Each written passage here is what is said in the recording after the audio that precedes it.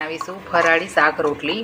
આપણે તંદૂરી રોટલી બનાવીશું અને આપણે ગાજર અને બટાકાનું શાક બનાવીશું। આપણે ગાજર અને બટાકાને આપણે બોઇલ કરી લઈશું। આની અંદર મેં સાબુદાણા અને મોરૈયો લીધો છે, એને મેં મિક્સરમાં દળીને લોટ તૈયાર કરી લીધો છે। આ રીતે આપણે લોટ તૈયાર કરી લઈશું। નાખીશું ફરાળી મીઠું, ચમચી આપણે તેલ નાખીશું, લોટ બાંધી લઈશું। બંધાઈ ગયો છે, આપણે એને હવે સાઈડમાં કરી દઈશું। આપણે નાખી દઈશું તેલ, જીરું, લીમડો, લીલા મરચાં,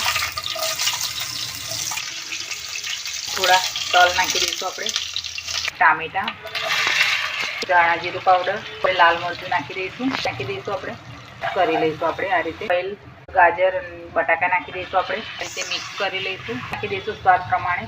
થોડું પાણી નાખીને આપણે ઢાંકીને મૂકી દઈશું। ખોલી આપણું તૈયાર છે આપણું શાક। તો આપણે કોથમીર નાખી દઈશું આપણે એની અંદર। આપણે એની રોટલી બનાવી લઈશું। ઉપર આપણે પાણી લગાવી દઈશું, અંદર શેકી લઈશું આપણે આ રીતે। આપણી રોટલી તૈયાર છે, તો આપણે એની પર બટર લગાવી દઈશું। ફરાળી શાક અને તંદૂરી રોટલી તૈયાર છે। તમને પ્લીઝ મારી વિડીયો ગમતી હોય તો લાઇક અને સબસ્ક્રાઈબ કરવાનું ભૂલતા નહીં।